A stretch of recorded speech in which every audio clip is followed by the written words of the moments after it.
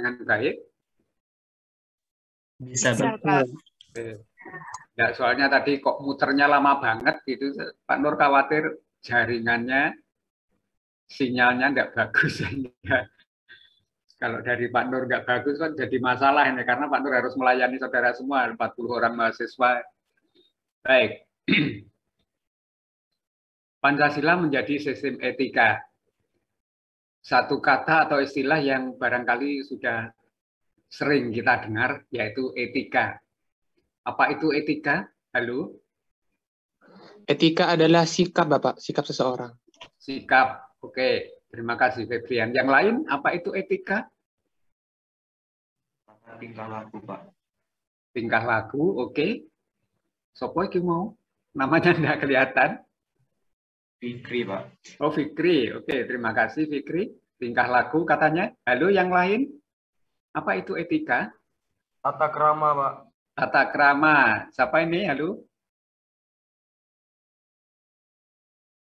Barusan yang bilang tata krama siapa? Zainul. Zainul Yusuf. Mohon maaf karena kalau presentasi begini Pak Nur hanya bisa melihat 5 wajah. 5 wajah, yang satu wajah Pak Nur sendiri, sehingga yang lain hanya 4, yang lain tidak terlihat. Makanya Pak Nur tidak bisa mendeteksi siapa itu. Zainul, oke. Tata krama. Ada lagi yang lain? Norma, Bapak. Ya, siapa ini? Dinda. Linda, apa itu? Norma, Pak. Sekali lagi? Norma, Bapak. Norma. Oke. Halo, ada lagi yang lain? Nilai moral, Pak. Nilai moral. Oke. Yuk, ada lagi yang lain?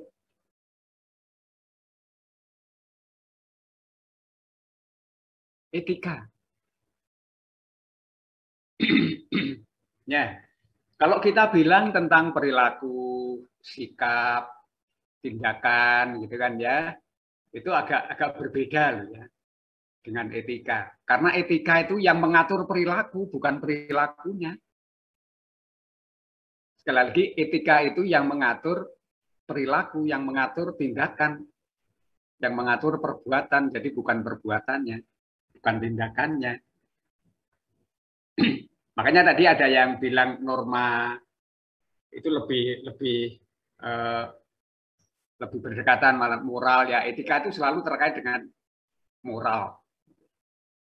Di etika itu pada dasarnya merupakan, oke lah kalau misalnya kita sebutkan sebagai norma yang menjadi pedoman kita untuk berperilaku, bertindak. Baik, jadi arah pembahasan kita, Pancasila menjadi sistem etika, berarti ya kira-kira gambarannya bahwa Pancasila itu menjadi pedoman kita berperilaku, bertindak. Bagaimana kira-kira? Nah ini. Nah, Pancasila sebagai sistem etika, jadi selain merupakan way of life, sebagai jalan hidup, gitu kan ya, dari bangsa Indonesia, juga merupakan struktur pemikiran untuk memberikan tuntunan atau panduan, gitu kan ya. Jadi bukan perilakunya, tapi sebagai tuntunan atau panduan setiap warga negara Indonesia dalam bersikap dan bertingkah laku. Jadi bukan perilakunya, bukan sikapnya, tetapi tuntunannya, panduannya, pedomannya yang dijadikan pegangan oleh seseorang, dalam hal ini adalah bangsa Indonesia, untuk bertindak atau berperilaku. Nah, seseorang dalam bertindak, berperilaku itu memang selalu punya dasar, punya pedoman yang diyakini, yang dia anut, gitu kan ya pedomannya itu, sehingga dia bertindak, berperilaku itu sesuai dengan pedomannya itu. Nah, itulah etika. Dimaksudkan untuk mengembangkan dimensi moral, makanya tadi ada yang bilang moral kan ya, norma itu masih terkait dengan itu. Jadi Pancasila itu dimaksudkan sebagai dimensi moral dalam setiap diri kita sebagai bangsa Indonesia, sehingga kita itu akan memiliki kemampuan menampilkan sikap spiritualitas dalam kehidupan bermasyarakat, berbangsa, dan bernegara. Oke. sebagai nilai moral. Nilai moral itu kan sifatnya batiniah kan ya, karena kita berbicara moral, sifatnya kan batiniah. Makanya tadi Pak Nur sebutkan itu sebagai panduan, sebagai pedoman yang kita yakini, yang kita anut, yang kita jadikan sebagai dasar dalam kita berperilaku, bertindak. Makanya Pancasila itu sebagai dimensi moral, dimensi batiniah kita, kalau kita berbicara sebagai sistem etika. Pancasila itu sebagai dasar moral kita dalam kehidupan berbangsa, bermasyarakat, bernegara.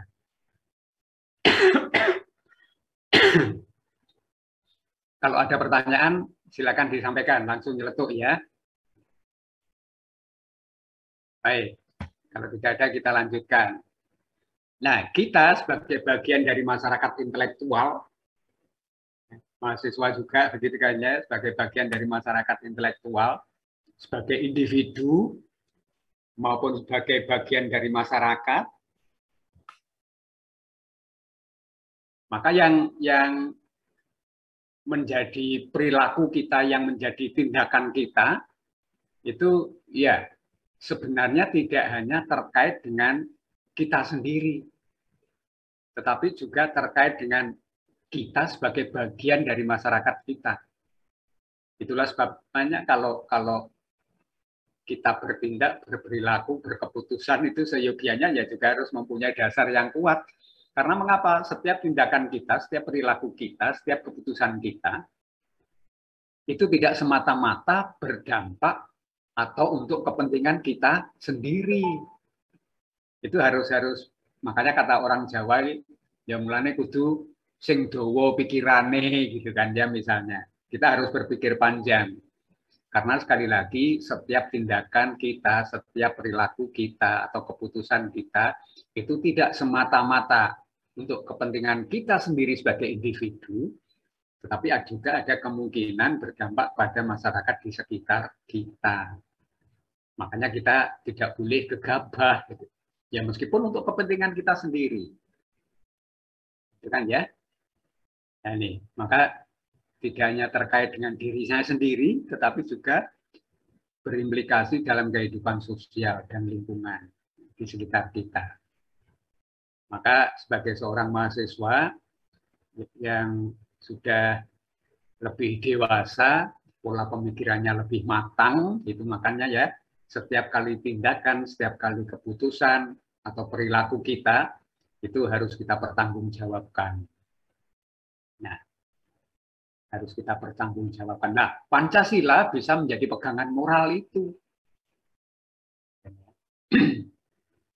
Oke.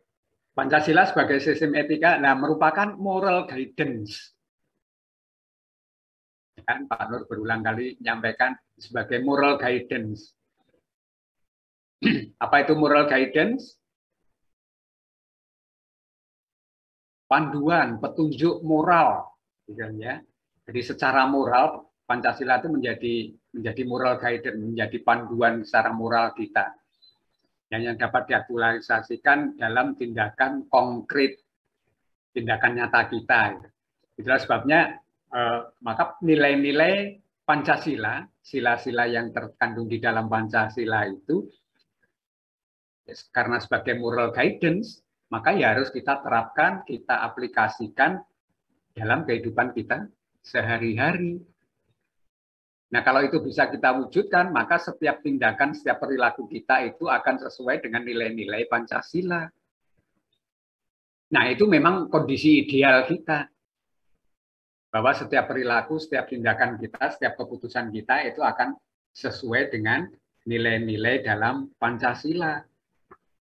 Idealnya seperti itu. Hanya kadang-kadang dalam saat tertentu, kadang-kadang kita ya tidak sesempurna kondisi ideal itu kan ya. Oke lah, sebagai umat beragama, padahal itu langsung berhubungan dengan Tuhan kita saja, kadang-kadang kita ada lemahnya, ada teledornya, ada lupanya, gitu kan ya. Waktunya sholat, tertidur, gitu kan ya. Tertidur gitu misalnya. atau karena kesibukan, ya, ada pekerjaan atau ada tugas gitu kan ya, yang kadang-kadang sampai lupa sholatnya, kadang-kadang kan kita begitu kan, ya manusiawi banget, manusiawi banget. Tetapi kalau kita sudah mengetahui bahwa itu sebagai tanggung jawab moral kita kepada Tuhan, maka seharusnya ya sudah otomatis kan, sudah otomatis kita terpanggil dan tersendiri. Biasanya kan begitu. Ya, gitu ya. Kemudian, maka diharapkan mahasiswa dapat mengembangkan karakter Pancasila. Karena sudah mengaplikasikan nilai-nilainya dalam kehidupan sehari-hari itu tadi ya, maka dengan begitu kita itu diharapkan bisa mengembangkan karakter Pancasila. Sebagai orang Indonesia yang Pancasilais, gitu kan ya. Sebagai sikap yang positif. Seperti jujur, disiplin, tanggung jawab, mandiri, dan lain-lain. Tentu kita sudah memulai, kita sudah memiliki dasar itu semua. Kejujuran, disiplin, tanggung jawab itu sejak kita masih di rumah, kita masih belum sekolah, kan sudah ditanamkan oleh para orang tua kita. Itu kan ya, berarti kita sudah memiliki modal dasar itu. Jujur, disiplin, tanggung jawab itu kita sudah punya sebenarnya. Tinggal bagaimana kita mengembangkan, mengaplikasikan dalam kehidupan sehari-hari. Mengapa? Karena kita semakin dewasa, ya, semakin besar, semakin dewasa, jaringan kita juga semakin luas. Lingkungan yang terkait dengan kita juga semakin luas. Apa artinya? Ya, kehidupan kita menjadi terkait dengan lingkungan kita yang semakin luas itu tadi.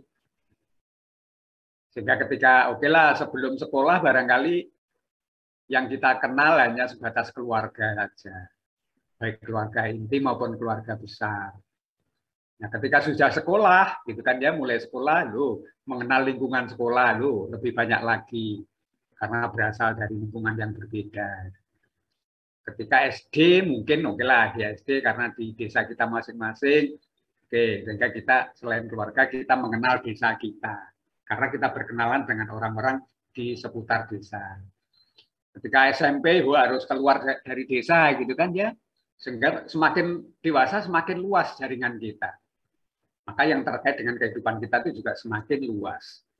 Nah, apabila kita sudah memiliki karakter Pancasila dalam kehidupan kita, maka nilai-nilai yang sudah tertanam sejak keluarga, sejak di keluarga itu, tetap kita jadikan sebagai pegangan dalam kehidupan yang lebih luas. Lalu ada pertanyaan? Nah, itu berarti kita sudah memiliki karakter Pancasila.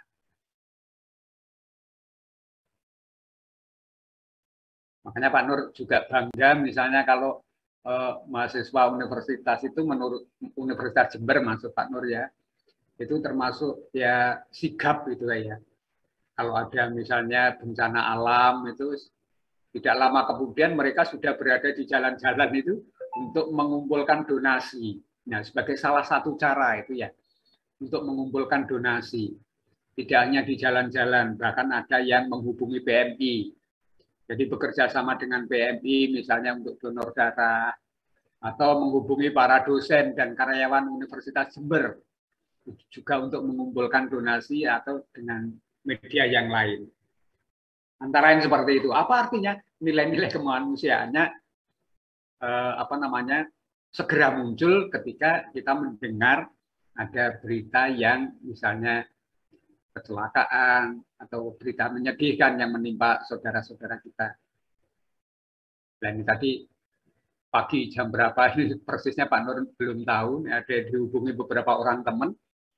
Ini kantor BKKBN atau kantor apa itu ya di Jalan Jawa itu di Bundaran terbakar tadi pagi. Hujan-hujan sejak tadi malam kok iso terbakar itu kan aneh kan.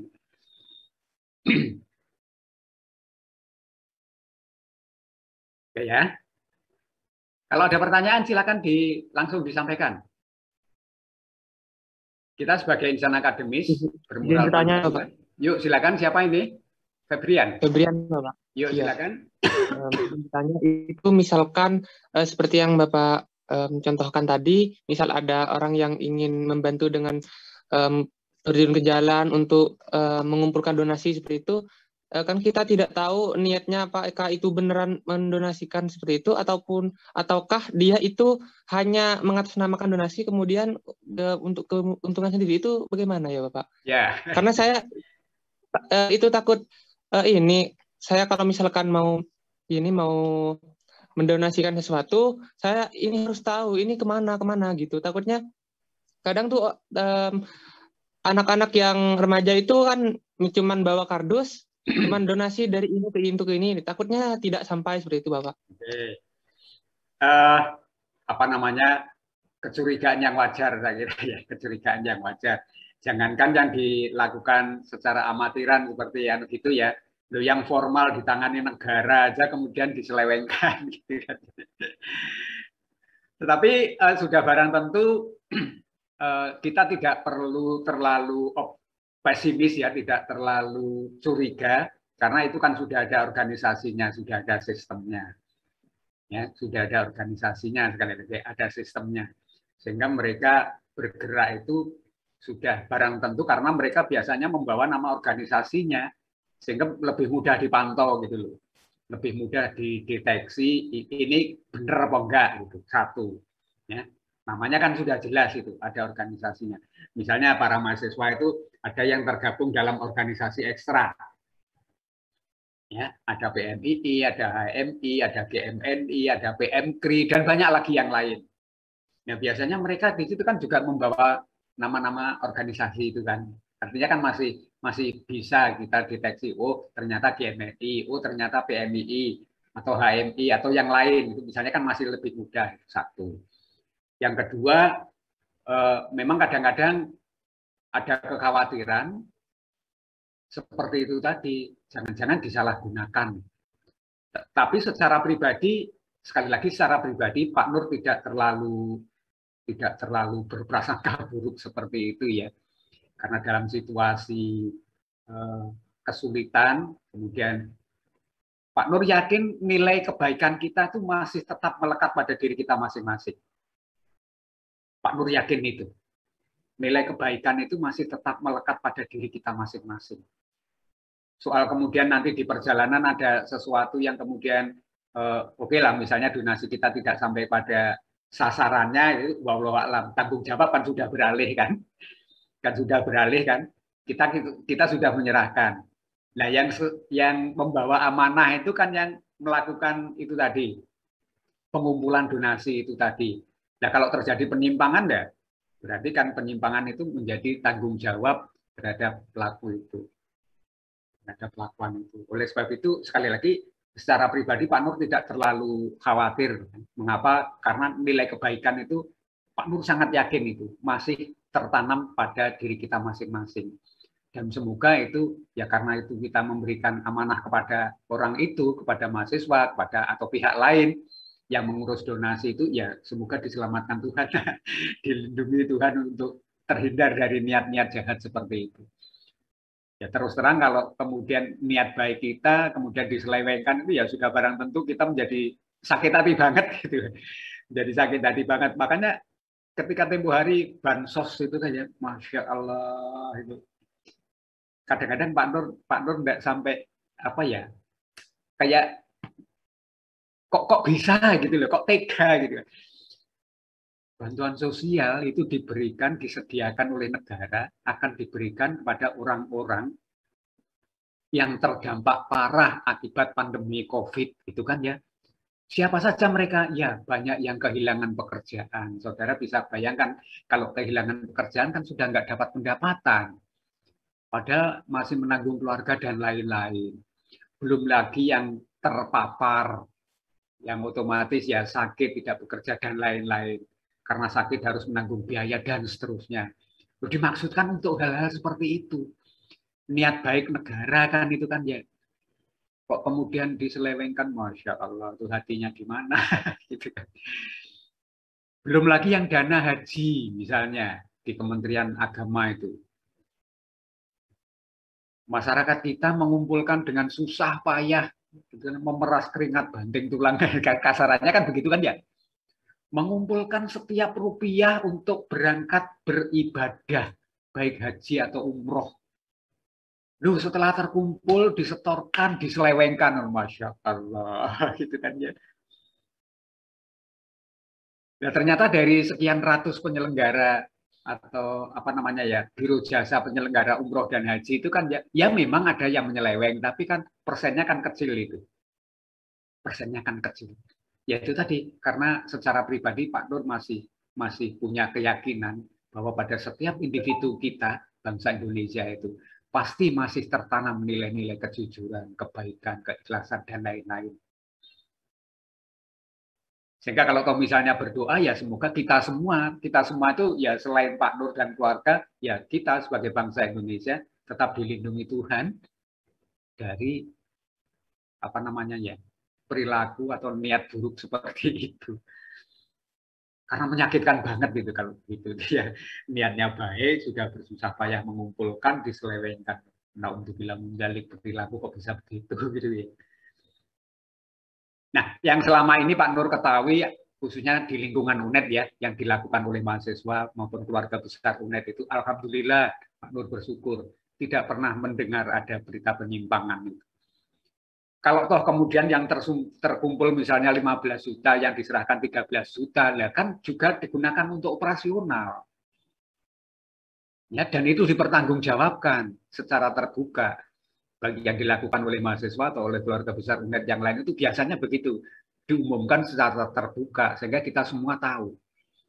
Sehingga kalau toh misalnya yang terkumpul 15 juta kok diserahkan hanya 13 juta itu misalnya, itu memang sebagian ada yang digunakan untuk biaya operasional. Ya kan, pengumpulannya, ketika pengiriman tenaga untuk misalnya mengumpulkan donasi itu kan ya juga nggak gratisan. Karena di lain tempat, kemudian harus wirawiri, itu kan perlu biaya operasional seperti itu. Barangkali perlu, oke lah yang paling sederhana, perlu untuk minum gitu. Belum lagi ketika mengirimkan, ya kalau dekat, kalau jauh, antar provinsi gitu. Seperti tempo hari kita harus mengirim ke Palu dan lain-lain. Tapi selama ini sekali lagi yang dilakukan oleh keluarga besar UNED itu yang Pak Nur tahu biasanya ya ada pertanggungjawabannya. Sehingga kita semua tahu. Dan alhamdulillah Pak Nur belum pernah mendengar itu di keluarga besar UNED itu yang mengumpulkan donasi kok kemudian terjadi penyimpangan. Alhamdulillah. Ya, Febrian ya. Ya memang kita Baik, terima kasih Bapak. Oke, kita kadang-kadang punya dugaan seperti itu ya. Tapi secara pribadi, sekali lagi secara pribadi Pak Nur yakin setiap kita itu masih tertanam kok nilai kejujuran, nilai kebaikan, nilai keikhlasan kita. Mengapa ya? Karena kita nanti akan memetik buah dari perilaku kita sendiri kan. Kalau kita berperilaku tidak jujur, tidak adil gitu kan, nanti sanksinya juga akan bisa, kalau bisa diberikan Tuhan secara langsung dalam kehidupan dunia, ya malah lebih ngeri gitu.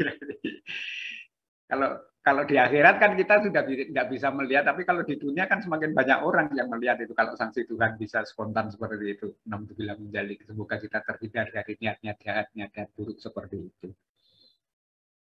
Oke.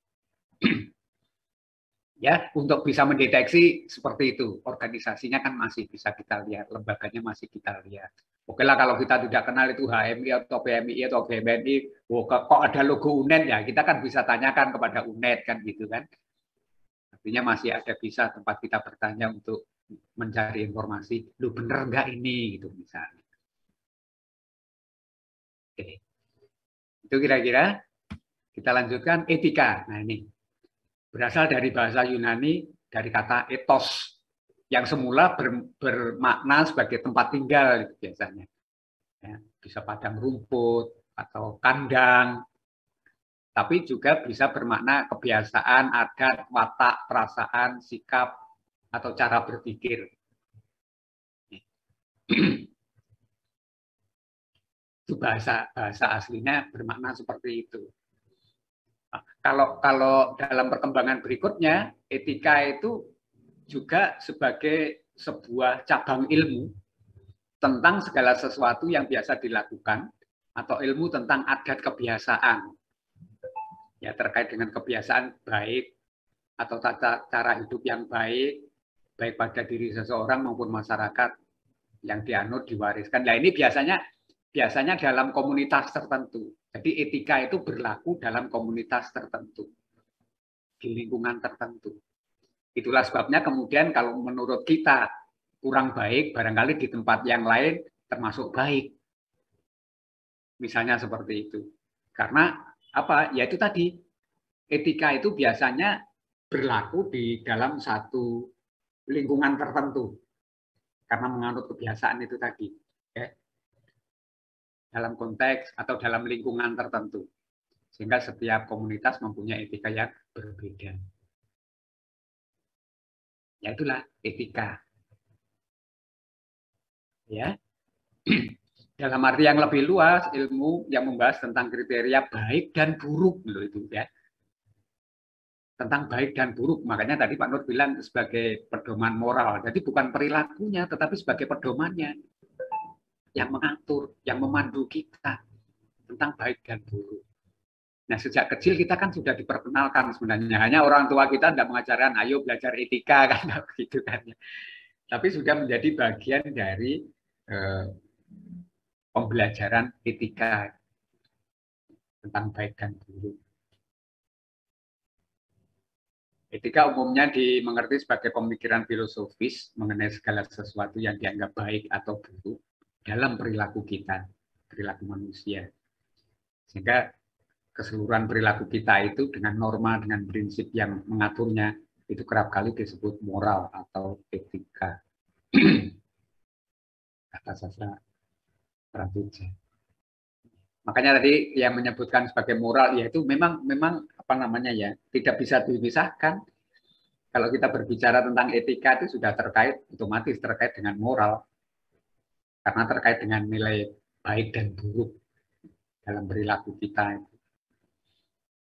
Oke ya, yuk ada pertanyaan? Kalau tidak ada, nah ini beberapa pengertian ya, saya kira bisa dibaca sendiri. Pengertian tentang etika dan apa namanya, ciri-cirinya seperti apa bisa dipelajari sendiri. Silakan dipelajari sendiri aja. Sekarang yang lebih praktis saja terkait dengan kehidupan kita sehari-hari dalam aplikasinya atau aktualisasi nilai Pancasila, yaitu etika dan etiket. Kalau etika, oke lah, tadi sudah disebutkan bisa berarti moral. Etiket itu lebih mengacu pada pengertian sopan santun, adat istiadat. Itu etiket. Pernah mendengar kan ya? Etiket. Nah, itu etiket itu yang lebih apa namanya ya?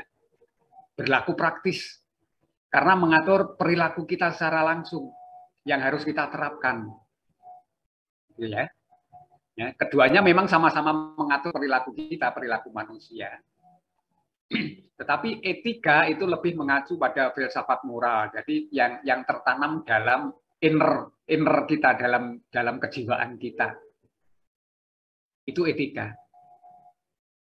Sedangkan etiket mengacu pada cara yang tepat ketika kita berperilaku, ketika kita bertindak. Jadi etika itu yang memodali kita secara kejiwaan di dalam diri kita, sedangkan etiket itu yang kita terapkan dalam perilaku kita sehari-hari. Bisa dipahami ya kira-kira ya? Jadi etika itu semangat kejiwaan kita, etiket itu ketika kita terapkan dalam kehidupan kita sehari-hari. Itu menjadi etiket. Misalnya, ya ini di bawahnya itu kan ada contoh. Mencuri. Ya kalau kita mendengar mencuri loh itu pasti sudah tidak baik. Itu perilaku buruk gitu kan ya. Tidak penting dengan tangan kanan atau tangan kiri itu tidak penting, tapi mencuri itu sudah perilaku buruk. Gitu kan ya. Itu bagian dari etika. Nah, etiket tata cara berperilaku. Jadi yang kita terapkan dalam kehidupan kita sehari-hari. Misalnya itu dicontohkan di situ kalau kita makan gitu misalnya. Ya, kalau kita makan dengan tangan kanan itu dianggap lebih sopan daripada dengan tangan kiri. Misalnya kan seperti itu ya. Apalagi kalau saya dulu, Pak Nur itu dulu ketika kecil itu juga begitu. Makannya kan pasti bersama keluarga itu kan ya. Nah disitulah kemudian ditanamkan, diajarkan tentang cara makan. Jadi termasuk etiket makan diajarkan ketika ya karena makannya kan bersama keluarga itu bareng gitu. Meskipun di dapur tidak ada meja makan, tapi semua ada di dipan, ada di ya bukan dipan sih amben gitu ya kalau orang Jawa bilang, seperti lencak itu dalam bahasa Madura, atau di kursi panjang itu biasanya di dapur kan ada itu tempat makannya seperti itu. Jadi ngumpul bareng. Nah, di situ orang tua kemudian sambil memberikan arahan, memberikan petunjuk kepada anak-anaknya tentang etiket makan, ya, perilaku makan. Misalnya kalau pakai sendok tidak boleh kelontengan, itu kan ya. Kalau sampai rame itu diingatkan. Belum lagi kalau memasukkan makan ke mulut, sendoknya berpadu dengan gigi sampai kemelotak juga, itu juga nggak boleh, kurang bagus. Ketika mengunyah sampai cepok gitu kan ya, itu juga tidak bagus. Nah, hal-hal seperti itu, nah, itulah etiket, ya, itulah etiket. Tapi semangat kita untuk bisa berbuat baik dalam hal makan itu etika namanya. Tapi ketika kita praktekkan dalam kehidupan sehari-hari menjadi perilaku dalam makan itu, lah itu menjadi etiket namanya. Ya bisa dipahami ya. Nah ini ada pengalamannya. Kebetulan kami beberapa orang berkunjung ke UGM di Jogja dulu. Jogja itu kan pusatnya budaya Jawa ya. Pusatnya budaya Jawa. Nah, ketika dalam makan bareng itu kemudian teman Jogja itu nyenggol Pak Nur. Disenggol ya sambil BCI itu bertanya, "Lu kancamu lu. Emang kenapa? Mangannya kok rame banget." Mangannya kok rame banget karena kebiasaan dia makannya itu tadi mulutnya bersuara cepok. kayak begitu nikmatnya gitu kan ya. Nah, itu secara etiket kurang bagus. Makanya sampai dijawil itu Pak Nur sama teman dari Jogja itu. Aduh, mau mengingatkan itu sudah sama tuanya, bahkan lebih tua gitu kan ya, enggak diingatkan kan ya. Karena kita di tempatnya pusat budaya Jawa itu di Jogja gitu. Jadi ya Masya Allah. Nah, antara lain seperti itu ya. Itu etika dan etiket. Kedua-duanya harus kita berlakukan bersama-sama dalam kehidupan kita sehari-hari. Oke, ada pertanyaan? Halo? Oke, kalau kita sudah tahu pedoman tentang baik dan buruk, ya sudah barang tentu dalam berperilaku kita akan menghindari yang buruk, gitu kan ya? Itu sudah menjadi etiket. Baik, kalau tidak ada, kita lanjutkan. Etika Pancasila sebagai tema kita. Tadi kan masih umum ya, tentang aturan atau pedoman yang mengatur perilaku kita berdasarkan baik dan buruk atau menata moral kita itu tadi. Nah, sekarang kalau etika Pancasila seperti apa? Sama sebagai falsafah, sebagai filsafat, maka sila-sila Pancasila itu juga untuk mengatur perilaku kehidupan kita bermasyarakat, berbangsa, dan bernegara di Indonesia. Sehingga kalau menjadi sistem etika itu, maka Pancasila itu juga nilai-nilainya mengatur perilaku kita dalam bermasyarakat, berbangsa, dan bernegara. Ya, sesuai dengan silanya yang 5 itu, berarti ada nilai-nilai ketuhanan, nilai kemanusiaan. Ya. Itu masih normal. Ya. Seperti biasa, kan kita sudah tahu semua. Ketika kita bicara sebagai dasar negara, sebagai falsafah, dan lain-lain, itu Pancasila ya memang 5 sila. Ya, pokoknya yang itu. Kelima nilai itu membentuk perilaku kita sebagai bangsa Indonesia dalam semua aspek kehidupan kita. Idealnya seperti itu. Jadi kelima sila itu kalau kita jabarkan menjadi lebih kecil-kecil dari nilai-nilai atau butir-butir dari 5 sila itu yang membentuk perilaku kita dalam kehidupan kita sehari-hari. Idealnya seperti itu. Tetapi kemudian kan ya kadang-kadang ada situasi tertentu yang memaksa seseorang untuk kemudian menyimpang dari itu. Misalnya karena kelaparan, kemudian terpaksa mencuri, terpaksa nyopet, apa itu kan kadang-kadang itu kan ya. Jadi meskipun juga kadang-kadang nggak terpaksa, kadang-kadang ada loh yang nggak terpaksa. Pak Nur pernah ini di lingkungan Pak Nur itu ada apa namanya ya orang yang ya termasuk kelompok kriminal lah. Kalau melihat secara fisik kemudian kehidupan sehari-harinya, itu Pak Nur nggak membayangkan kalau dia itu sebagai seorang pencoleng, pencuri. Kadang-kadang kalau kesempatan nyopet, dia juga nyopet. Bahkan mencuri di tetangganya sendiri itu dia lakukan. Padahal ketika Pak Nur memasuki wilayah itu, Pak Nur melihat kayaknya bukan termasuk golongan itu. Mengapa? Karena kehidupannya sudah bagus. Sawah dia punya, rumahnya sudah lebih bagus dari rumah Pak Nur. Artinya ya cukuplah kira-kira. Tapi perilakunya seperti itu. Sehingga akhirnya didor ya. Bahasa singkatnya tadi didor itu. Dikejar-kejar di Jember tidak pernah ketangkep, akhirnya ketangkapnya di Bondowoso, langsung didor di Bondowoso. Karena catatan kriminalnya ternyata luar biasa. Ternyata luar biasa. Nah, apa artinya? Pedoman tentang baik dan buruk yang pernah dia dapat itu ternyata tidak direalisasikan dalam kehidupan sehari-harinya, sehingga dia mempunyai perilaku negatif. Dalam etika Pancasila terkandung nilai-nilai itu tadi, ketuhanan, kemanusiaan, ya, sesuai dengan sila-sila Pancasila itu.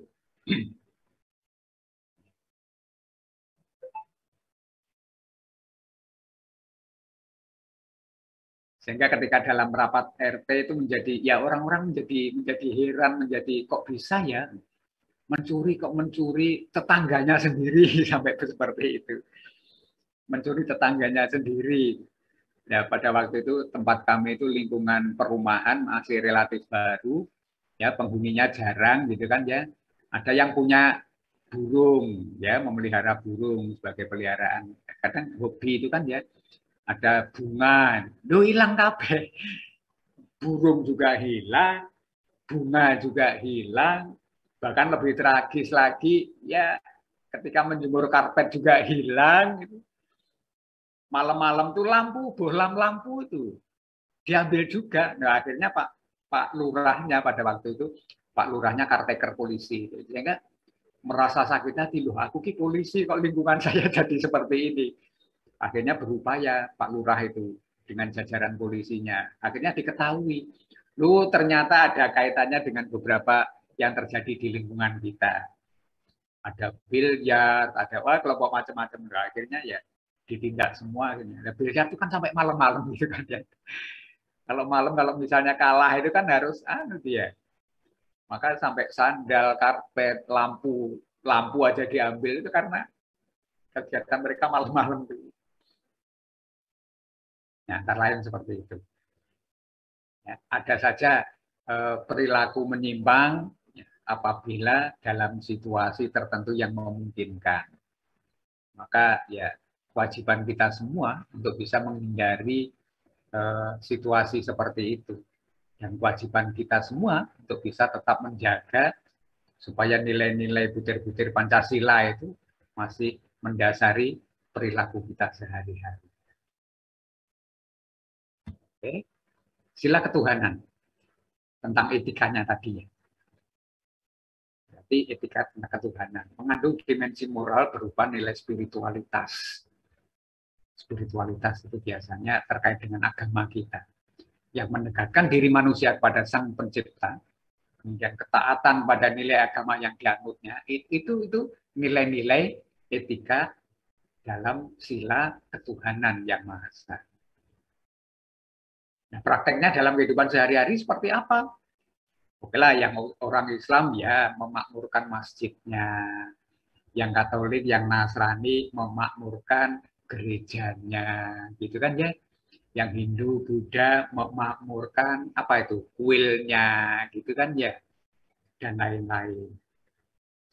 Perilakunya kan itu kan simbol ya dari kita bahwa kita itu ada keterikatan dengan Tuhan kita, ya ketaatan kepada Tuhan kita dengan simbol-simbol keagamaan seperti itu.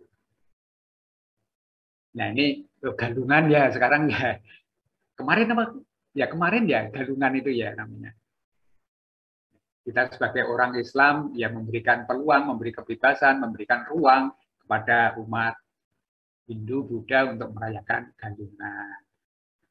Bulan depan Natalan gitu kan ya, ya kita yang Islam memberikan ruang, memberikan kesempatan kepada orang-orang Nasrani untuk bisa merayakan Natal gitu kan, dan seterusnya. Itu bagian sila ketuhanan. Nilai etika kita yang kita terapkan dalam kehidupan kita sehari-hari antara lain seperti itu.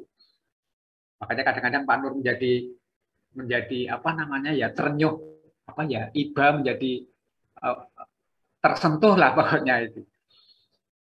Beberapa kali ketika puasa, Pak Nur Islam, ketika puasa itu kemudian ketika pulang dari pasar, dari pusat perbelanjaan, itu kan melewati gereja Santo Yusuf itu kan.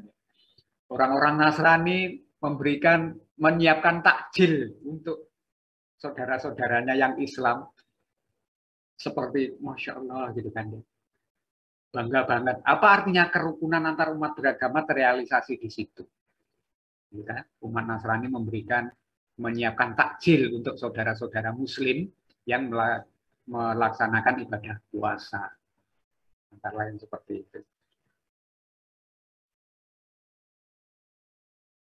Oke, ya itu dari ketuhanan. Dari sila kemanusiaan yang mengandung dimensi humanis, ya.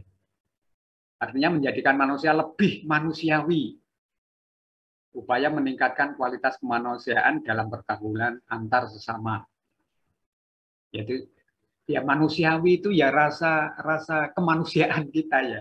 Kasarnya kan rasa kemanusiaan kita. Sehingga kalau misalnya terjadi bencana itu secara langsung kemudian kita seolah-olah menempatkan, bagaimana ya seandainya kita atau saya sebagai korban dalam bencana itu. Kan ya? Maka kemudian secara spontan kemudian ada yang bergerak untuk mengumpulkan donasi supaya bisa memberikan bantuan. Mengapa mengumpulkan donasi? Karena dia sendiri tidak bisa memberikan bantuan yang lebih memadai, gitu kan ya. Sehingga mengajak orang lain, orang banyak, supaya sama-sama yuk bareng-bareng mengumpulkan donasi. Nah itu kan tindakan bagus. Mengapa? Karena tersentuh nilai kemanusiaannya itu tadi. Ada saudara kita yang tertimpa bencana, ada yang sakit, dan lain-lain, itu kan ya. Seperti itu. Maka ya kita cukup bangga misalnya, oke lah, kita itu punya masjid di daerah konflik. Bangsa Indonesia yang mendirikan. Ya sudah barang tentu atas prakarsa beberapa person, ya beberapa kelompok tertentu gitu kan ya. Misalnya kita membangun masjid di Palestina, karena mereka sudah tidak mampu membangun masjid.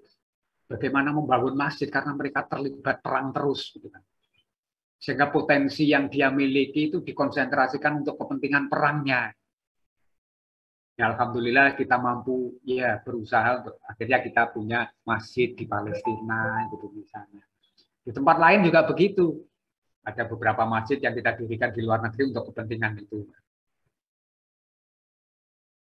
Sebaliknya juga ada pihak luar negeri yang membangun masjid di tempat kita di Indonesia juga ada. Itu karena tersentuh nilai kemanusiaannya terkait dengan aktivitas keagamaannya. Dalam pergaulan kita, ya karena kita kan tidak hidup sendiri, gitu. Tidak hidup sendiri. Ini Pak Nur pernah mengalami ini. Suatu ketika Pak Nur itu tidak bisa menjemput anak pulang sekolah. Masih SD padahal dia. Masih SD. Karena biasanya dijemput. Nah, suatu ketika Pak Nur itu tidak bisa menjemput. Hujan lagi. Ada tugas dinas yang tidak bisa ditinggalkan. Loh, anak kan terkatung-katung di sekolah, waktunya pulang belum pulang gitu. Nah, akhirnya ada salah seorang tukang becak itu yang dengan sukarela mengantarkan ke rumah. Ya Allah, siapa tukang becak itu sampai hari ini Pak Nur tidak bisa menemukan. Pak Nur tidak bisa menemukan siapa orang itu. Anak Pak Nur kembar, soalnya cewek-cewek, kita bisa bayangkan anak kembar, cewek masih kecil semuanya, dipulangkan. Kalau di Jember itu SD-nya di SD Kepatian itu di Jalan Trunojoyo. Tempat Pak Nur di Muktisari, lumayan jauh itu. Harus muter lagi, hujan lagi. Nah, anak saya ketika ditanya, Pak tukang becaknya yang mana? Tolong tunjukkan. Ya, setiap hari dicari di sekolahnya itu nggak ketemu sampai sekarang. Sekarang sudah mahasiswa. Sampai hari ini Pak Nur nggak ketemu orang itu siapa. Nah itu bagi tukang becak itu kan terpanggil nilai kemanusiaan. Loh, bocah cilik sampai jam sekian kok belum pulang, belum dijemput orang tuanya, hujan lagi gitu kan ya. Barangkali dia membayangkan, anak kecil itu kira-kira lapar karena sudah waktunya makan. Dia tidak bisa minta tolong kepada yang lain karena tidak punya uang atau gimana gitu, karena biasa dijemput dan lain-lain. Pikirannya kira-kira seperti itu. Kemudian dengan sukarela Pak tukang becak itu mengantarkan pulang ke rumah. Ya Allah, kalau Pak Nur teringat itu. Antara lain seperti itu, nilai-nilai kemanusiaan.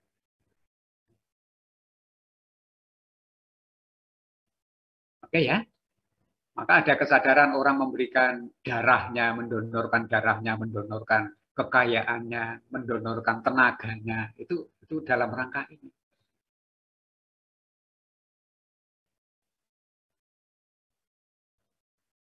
Oke, kita lanjutkan. Sila persatuan. Mengandung nilai dimensi solidaritas, kebersamaan, cinta tanah air. Kebersamaan, cinta tanah air. Makanya Pak Nur mengidolakan gitu kan ya. Cinta tanah air itu seperti kalau kita nonton bola pertandingan Indonesia melawan Malaysia. Mengidolakan seperti itu. Lah, itu kan spontan semua berkumpul nonton televisi gitu kan. Wah, Indonesia kan gitu kan. Pak Nur mengidolakan suasana seperti itu. Apa artinya? Kebersamaan kita benar-benar terpadu di situ. Ya, ketika kita nonton pertandingan bola bulu tangkis kemarin itu, misalnya dari Olimpiade di Tokyo, kemudian ada beberapa kejuaraan Thomas Cup itu kemarin aja, sampai begitu kita dengan sukarela memberikan dorongan moral kepada pemain kita yang di luar negeri dengan Indonesia. Itu apa? Solidaritas kita, kebersamaan kita sebagai bagian bangsa Indonesia. Seperti itu. Nah, menjadi sedih kalau kemudian ya pelajar tawuran, gitu kan ya, warga kampung tawuran, penonton bola tawuran, itu kan menjadi sedih itu. Mengapa lo kita itu menyatakan diri sebagai satu bangsa? Lo ketemu senang-senang nonton konser musik kemudian jadi tawuran,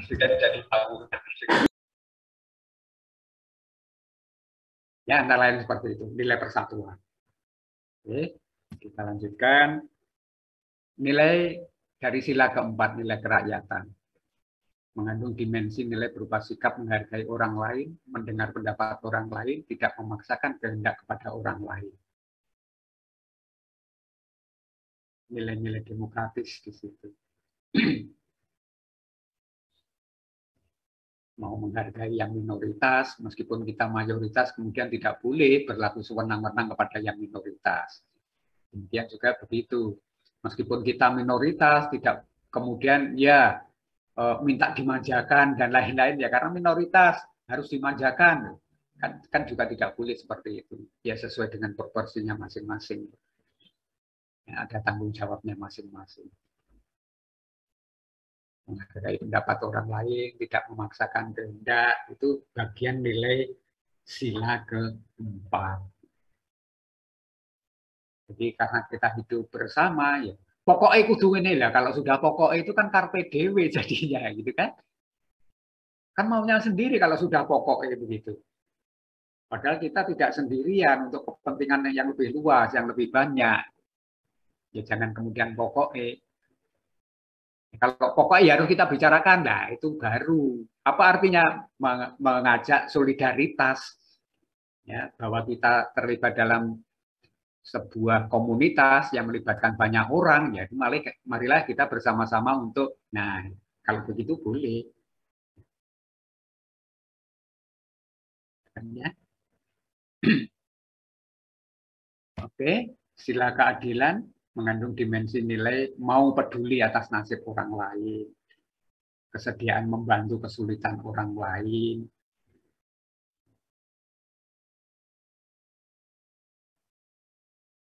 keadilan sosial bagi seluruh rakyat Indonesia.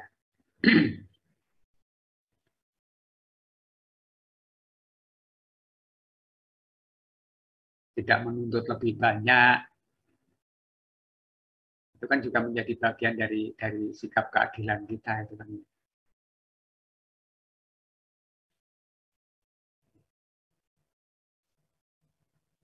Lanjut, urgensinya sekarang. Pentingnya Pancasila sebagai sistem etika. Pertama, ini beberapa argumentasi yang Pak Nur kemukakan, banyaknya kasus korupsi yang melanda negara kita. Banyak kasus korupsi yang melanda negara kita. Itu kalau kita tinjau dari semua sila Pancasila kita, tidak relevan. Tidak relevan korupsi. Mengapa? Ya karena merugikan kita semua, merugikan bangsa kita semua. Bisa merusak sendi kehidupan berbangsa bernegara.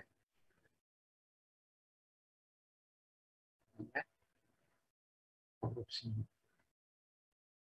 Yang kedua, terjadi aksi terorisme, gerakan radikal yang mengatasnamakan agama sehingga dapat merusak semangat toleransi dan lain-lain. Itu kan ya. Mengapa? Karena kemudian menurut hemat Pak Nur ada kemudian apa namanya ya? Kan di situ kemudian ada unsur pemaksaan kehendak. Karena kalau tidak sesuai dengan mereka kemudian dipaksakan, itu kan? Yang memaksakan kehendak. Nah itu kan tidak boleh. Apalagi kepada umat yang sudah beragama, nah itu kan lain lagi.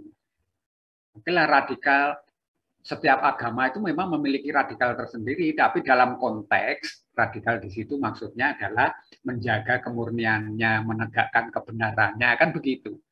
Tidak kemudian radikal di situ seperti ya dipaksakan kepada yang lain.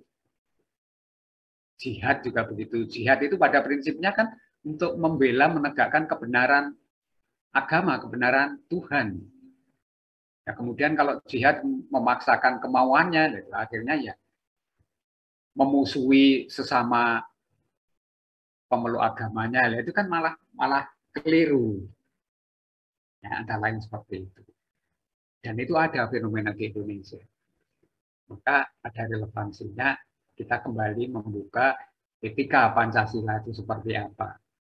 Bahwa toleransi tetap harus kita pertahankan, harus kita kembangkan dalam kehidupan sehari-hari. Karena memang harus kita sadari kita itu tidak hidup sendiri, hidup bersama dengan yang lain. Kalau kita tidak punya toleransi, berarti akan mengganggu keharmonisan kehidupan bersama kita. Ya. Oke. Yang ketiga, terjadi pelanggaran HAM. Ya kan? Masih ada saja terjadi pelanggaran HAM. Lembaga Pemasyarakatan Cekungan Jogja beberapa waktu yang lalu kan ya.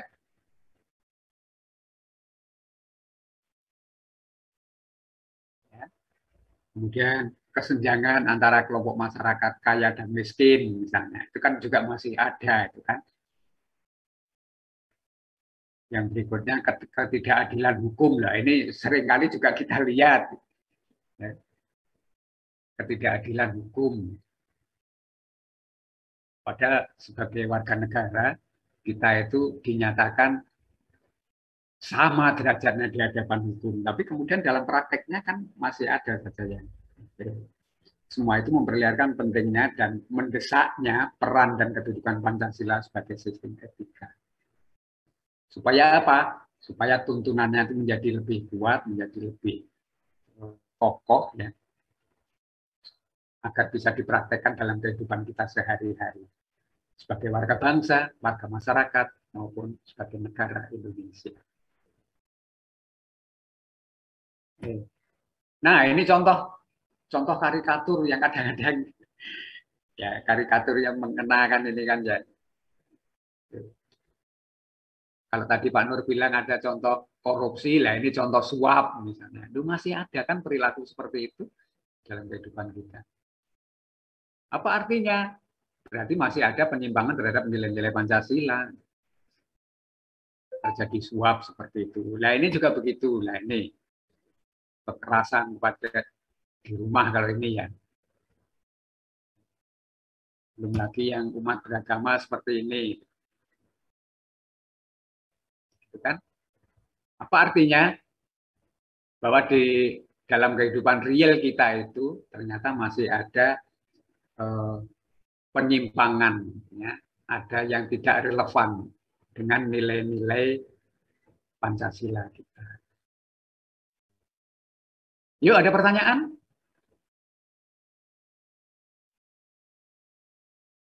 Kalau tidak ada pertanyaan, nah ini sudah sampai pada tugas ini. Ya, tugas individu. Ya, ini Pak Nur tidak memberikan seperti biasanya, tidak memberikan tema tertentu, tetapi yang mencari tema saudara. Ya, saudara sendiri yang mencari tema. Maka silakan identifikasi dan pilih salah satu fenomena yang terjadi di sekitar kita, di lingkungan kita yang saudara bisa tahu. Yang terkait atau mencerminkan aplikasi nilai-nilai etika Pancasila. Ya, saudara sendiri yang mencari temanya, yang mencari judulnya. Silakan saudara amati dari lingkungan kita, kemudian berilah judul dan bahasan yang relevan tentang tema itu. Ya, terkait dengan relevansinya dengan nilai-nilai Pancasila atau etika Pancasila. Ya, bisa dipahami tugasnya? Ya, mencari sendiri temanya. Silakan diberi judul dan diberi bahasan. Ya. Tugas individunya seperti itu. Tugas kelompoknya sama. Juga mencari sendiri. Ya, ini yang tergabung dalam kelompok ini ada 8 orang. Sudah semua ya. Nanti tadi halo, 8 orang ini ada ini ya? Ada Bapak. Ada Bapak. Oke, silakan berkoordinasi. Ya. Kalau tugas individunya mencari tema sendiri, tugas kelompoknya sama, juga mencari tema sendiri. Hanya Pak Nur penjelasannya agak lebih panjang lebar. Ya sama, ini berlaku untuk individu dan kelompok ini ya.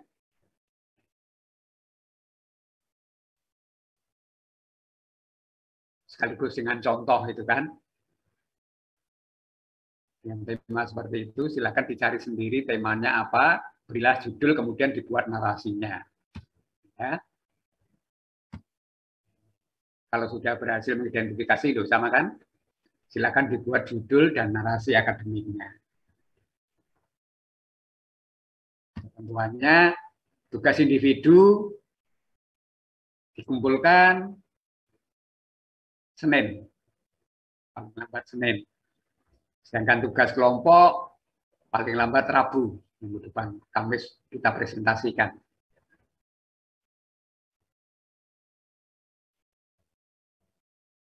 Ya, ada pertanyaan tentang tugas? Halo? Halo? Pak, izin bertanya. Yuk, silakan. Jadi berarti ini dalam bentuk paragraf gitu ya, Pak ya? Iya, sama. Pak Nur tidak terlalu memperhatikan bentuk atau model tulisannya. Dalam bentuk makalah ya silakan, dalam bentuk esai silakan, dalam bentuk artikel silakan, tidak apa-apa. Macam-macam bentuknya tidak apa-apa. Pak Nur hanya mengutamakan substansinya saja. Pak Nur hanya mengutamakan substansi. Baik, kasih. Ya, ada lagi yang lain? Nah, kalau begitu, siapa kira-kira yang menjadi koordinator untuk pengumpulan tugas individu? Halo, yang belum siapa kira-kira? Gantian, yang belum siapa kira-kira? Halo?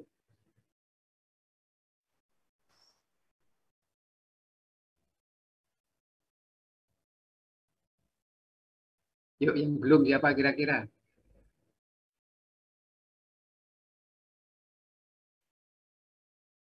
Halo? Saya deh Pak, nggak apa-apa. Siapa ini? Saya siapa ini? Krishna Bapak.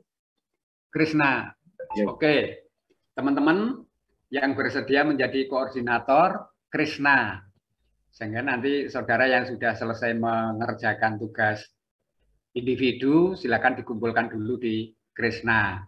Kalau sudah terkumpul semua, silakan Krishna dirarkan, baru dikirimkan ke Pak Nur ya. Oke, terima kasih Krishna sudah bersedia untuk menjadi koordinator. Oke, ada pertanyaan yang lain? Jadi koordinatornya Krishna, sedangkan yang kelompok bisa salah seorang mewakili kelompok untuk kemudian mengirimkannya kepada Pak Nur.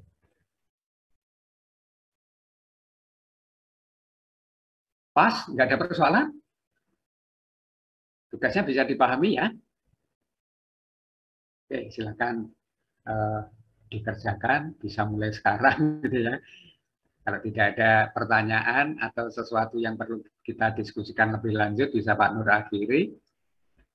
Terima kasih atas perhatiannya. Semoga minggu depan kita bisa melanjutkannya dengan presentasi dari kelompok ini. Terima kasih. Bila taufiq wal hidayah. Wassalamualaikum warahmatullahi wabarakatuh. Selamat siang. Waalaikumsalam. Terima kasih, Pak. Presensinya ya dicek ulang.